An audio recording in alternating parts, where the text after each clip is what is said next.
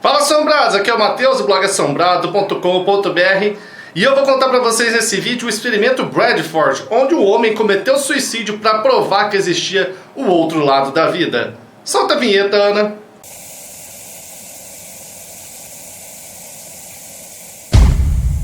Assombrados, esse caso aqui é praticamente desconhecido e aconteceu há quase 100 anos atrás.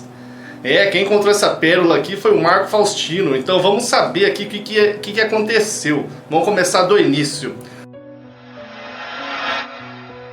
Tudo começa com um homem chamado Thomas Lynn Bradford, morador da cidade de Detroit, lá nos Estados Unidos, que era um homem, vamos dizer, excêntrico. Ele dizia que ele era um ex-engenheiro elétrico, ator e até atleta profissional. Mas no fim da vida ele começou a estudar temas mais obscuros. Ele se entregou ao espiritismo e se autoproclamava como médium. Ele dava inclusive muitas palestras que não eram assim muito famosas e escreveu diversos artigos sobre os mais variados temas sobrenaturais, muitos deles sem impressão até hoje. E no fim da vida ele ficou obcecado por provar que existia a vida após a morte. Ele falava que um dia a ciência ia ver que sim, existia o outro lado, que existia a vida após a morte. E ele levou tão a sério isso que resolveu fazer o mais extremo dos experimentos. Ele cometeu suicídio. Assombrados, no dia 6 de fevereiro de 1921, então o Bradford levou seu experimento ao limite. Ele vedou todo o seu quarto lá em Detroit, ligou a mangueira do gás, acendeu, apagou, deixou o gás fluir e morreu. A polícia chegou lá e ficou abismada, chocou Detroit inteiro, porque toda a cidade sabia da intenção dele aí de provar que existia vida após a morte.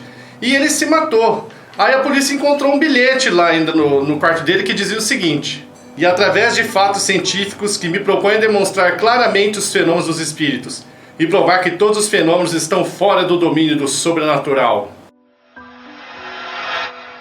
A polícia então foi investigar o que aconteceu, né? E chegou até uma mulher chamada Ruth Dohan, que tinha respondido a um classificado que o Bradford tinha publicado no jornal, atrás de uma pessoa para discutir esses temas científicos. Ela respondeu, mas ela negou veementemente que soubesse que ele estava disposto a cometer suicídio, essas coisas, porque se ela soubesse, ela seria presa. A polícia então ficou convencida que a senhora Dohan estava dizendo a verdade e a liberou. Só que a senhora Dohan, ela estava tentando entrar em contato com o Bradford. Ela reunia a sua equipe e esperava, noite após noite, um contato dele, para ele entrar em contato do outro lado e falar como é que era lá. Só que ela não esperava que uma outra pessoa fizesse contato primeiro. No dia 9 de fevereiro de 1921, 3 dias após a morte dele, uma outra mulher chamada Lulu Mark disse que conseguiu entrar em contato com o espírito de Thomas Bradford. Ela estava em uma sessão onde estavam outras pessoas e ela ouviu o nome ele falar assim 2 vezes: Thomas Bradford. Mas a senhorita Dohan não se abalou e no dia 12 de fevereiro, mais uma vez tentou, chamou toda a sua equipe, mais um monte de gente. A Sociedade de Pesquisa Psíquica lá da época também foi lá investigar a fundo o que estava acontecendo, porque o jornal descobriu o caso. Então vários jornais começaram a publicar isso. E ela falou: hoje nós vamos conseguir manter contato, que é quando ele falou que voltaria. E não deu outra. Quando chegou às 21 horas, ela apagou a luz e ela falou: para, me dá uma caneta que ele está falando algo. E ele ditou a seguinte frase para ela: eu sou o professor que fala com você a partir do além. Venho rapidamente através do véu. A ajuda dos vivos tem me auxiliado muito. Eu simplesmente fui dormir. Eu acordei a princípio e não percebi que tinha morrido. Não vejo nenhuma grande mudança aparente. Eu esperava que as coisas fossem muito diferentes. Elas não são. Formas humanas permanecem delineadas, mas não no plano físico. Não tenho viajado para longe. Eu ainda continuo na escuridão. Eu vejo muitas pessoas. Elas parecem naturais. Há uma leveza de responsabilidade aqui, ao contrário, na vida. A pessoa se sente repleta de êxtase e felicidade. Pessoas como se estivessem associadas à natureza. Estou associado com outros investigadores. Não me arrependo do meu ato.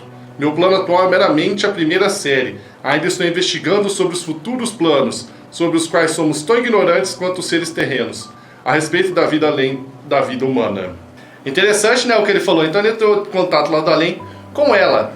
E as comunicações continuaram com a senhorita Dohan, até que no dia 21 de abril ela deu uma entrevista para o jornal Syracuse News lá, falando que mantinha contato frequente com ele E ele ditou várias outras coisas que estão lá na matéria especial, o link aqui na descrição para você saber mais como é o outro lado.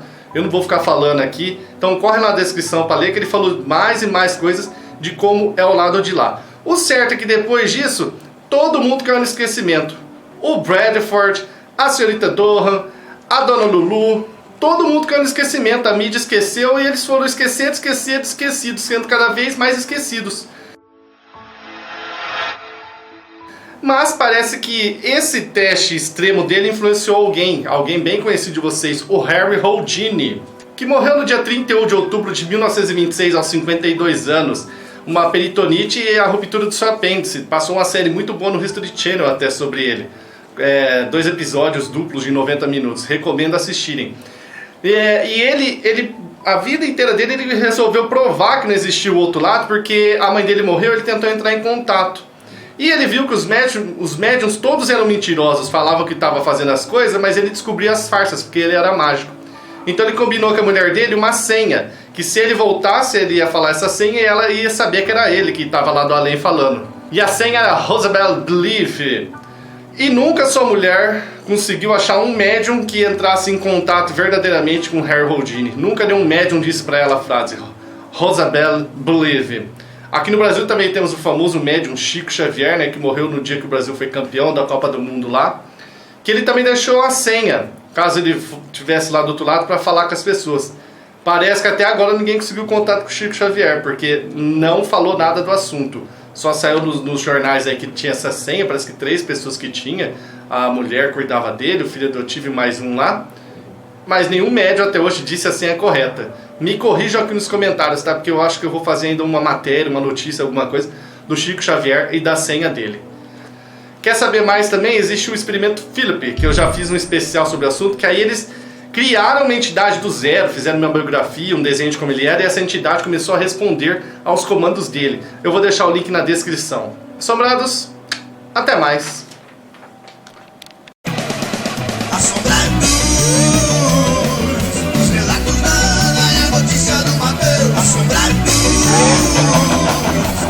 .com.br, você não se inscreveu.